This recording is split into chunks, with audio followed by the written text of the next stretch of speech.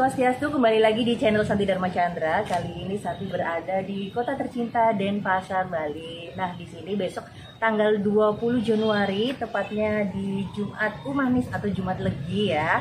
Itu kita merayakan Hari Siwaratri. Apa sih Hari Siwaratri itu? Nanti Santi diskusi dengan pemirsa Santi Dharma Chandra ya. Jangan lupa subscribe, like, dan share sebanyak-banyaknya untuk channel Santi Dharma Chandra. Terima kasih. Om Swastiastu, kembali lagi di channel Santi Dharma Chandra. Kali ini Santi berada di pulau tercinta, yaitu Pulau Bali, tepatnya di Denpasar ya.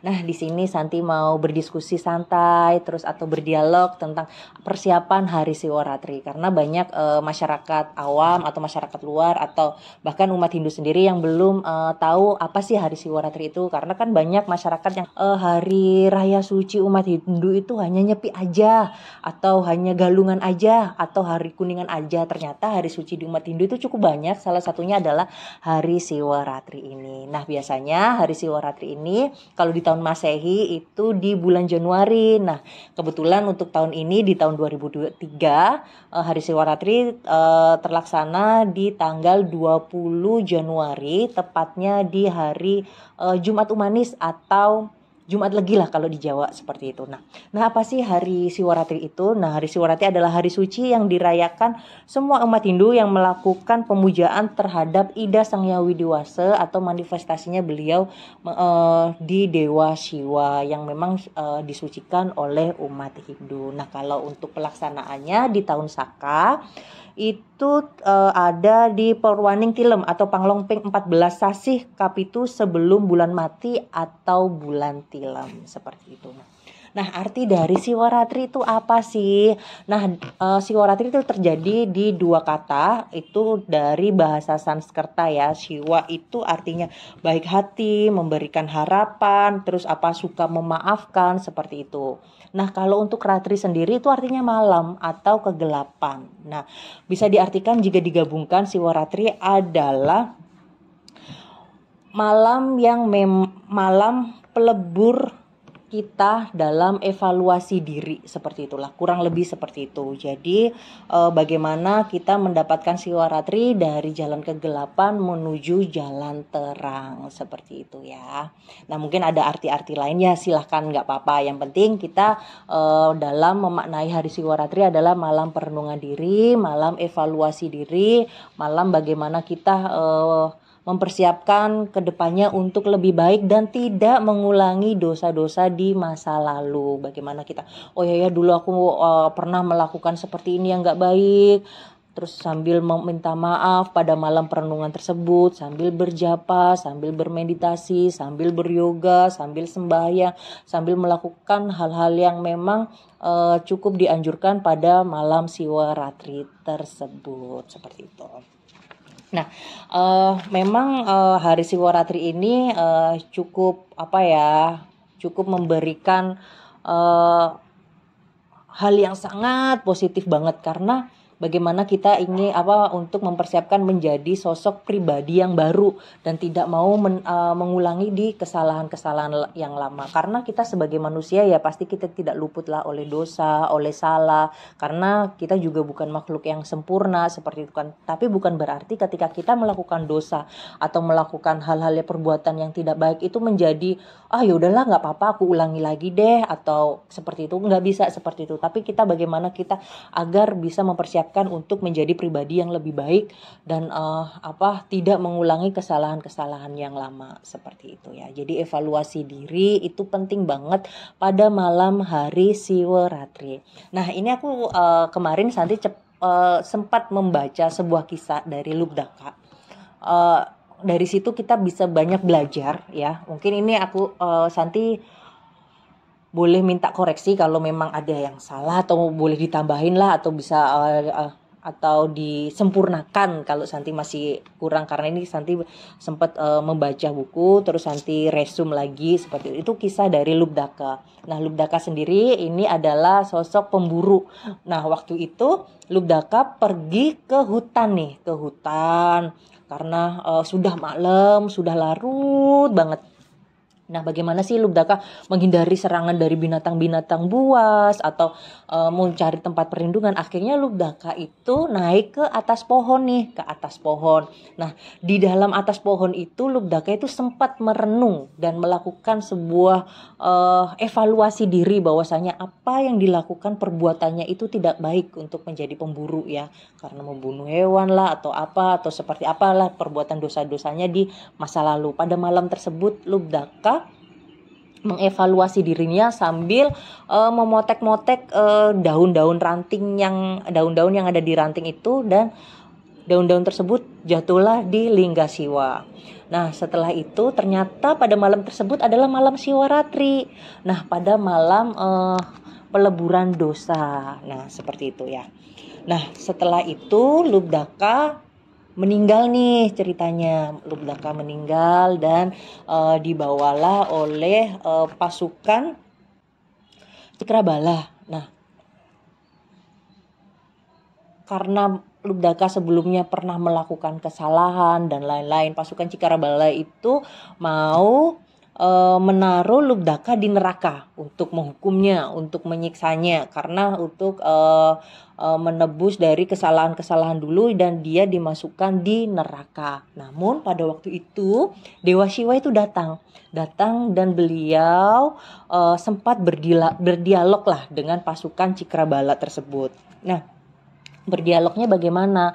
Bahwasanya Dewa Siwa menjelaskan Lubdaka ini loh sudah melakukan evaluasi diri, sudah melakukan sudah meminta maaf, sudah tidak ingin mengulangi perbuatannya lagi. Kenapa kok masih disiksa? Seperti itu kan. Akhirnya Dewa Siwa menempatkan Lubdaka ini di Siwaloka. Kurang lebihnya seperti itulah, dan tidak masuk neraka.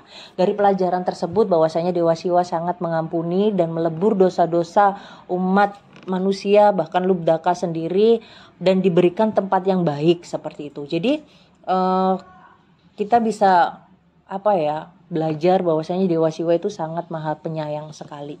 Bagaimana beliau menyelamatkan umatnya yang memang benar-benar ingin membenahi diri, tidak mau melakukan dosa lagi, ingin berbenah, ingin menjadi pribadi yang lebih baik, benar-benar ya udahlah, cukuplah dosa-dosa yang lalu dan tidak mau diulangi seperti itu lagi.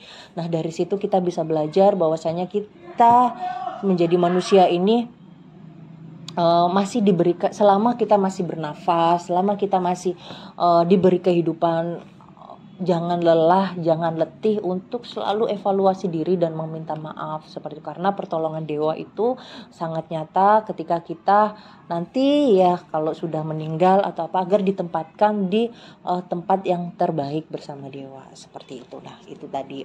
Nah, biasanya kan kemarin tuh Santi tuh sempat WhatsApp sama Ratu Resi Agung karena beliau itu di Jakarta dan Santi di Bali.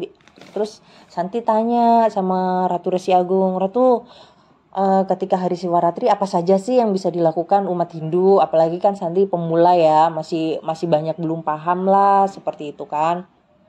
Nah, ternyata Ratu Resi Agung menjelaskan, bentar ini Santi catat kok. Nah, menjelaskan bahwasanya bisa melakukan 3 brata. Nah, 3 brata. Salah satunya yang pertama adalah upawasa atau puasa. Tidak makan, tidak minum jam 6 hari Jumat sampai jam 6 hari Sabtu. Seperti itu. Nah, yang kedua adalah monobrata. Monobrata itu apa sih? Tidak bicara, tidak ngomong, benar-benar evaluasi diri, seperti itu, benar-benar diam. Dan waktunya itu 12 jam ya, bisa dipilih jam 6 pagi sampai jam 6 sore pada waktu hari Jumat, dan jam 6 sore sampai jam 6 pagi sampai hari Sabtu, seperti itu. Nah, yang ketiga adalah jagre. Jagre itu apa sih? Tidak tidur 36 jam. Dari jam 6 pagi hari Jumat sampai jam 6 sore hari Sabtu. Nah, buat pemula seperti Santi bisa dipilih belajar dulu, bisa dilakukan salah satunya atau 2 juga boleh, 3 lebih bagus seperti itu kan. Nah, bisa. Jadi itu yang kita bisa lakukan pada waktu hari Siwaratri seperti itu. Nah, terus jika ada yang tanya, Kak, kan di Hindu tuh kita terkenalnya konsep karma pala ya Kak ya. Kalau karma pala kan tabur tuai, terus ada sebab akibat, apapun yang dilakukan perbuatannya buruk nanti akan dituai dengan perbuatan yang tidak baik juga Kak. Kok bisa sih di Hindu ada peleburan dosa seperti itu kan? Nah, di sini memang di karma pala kita ada konsep pancasradat.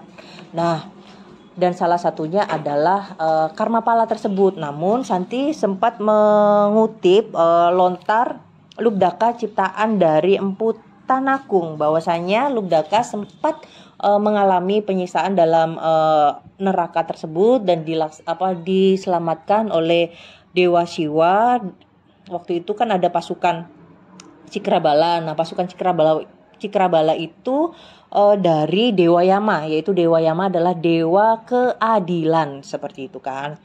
Nah, karena Lubdaka sudah menyadari perbuatannya salah, menyadari bahwasanya tidak mau mengulangi lagi, Lubdaka sudah evaluasi diri, akhirnya Lubdaka diberikan tempat yang terbaik bersama tempat terbaik. Nah, dari situ kita belajar bahwasanya kita masih ada kesempatan buat berbenah untuk memperbaiki diri seperti itu. Nah, itu yang Santi pelajari tentang Hari Siwaratri. Semoga teman-teman bisa melaksanakan Hari Siwaratri dengan dengan tenang, dengan damai, dengan bagaimana kita evaluasi diri, apa yang kita persiapkan di hari kedepannya seperti itu ya.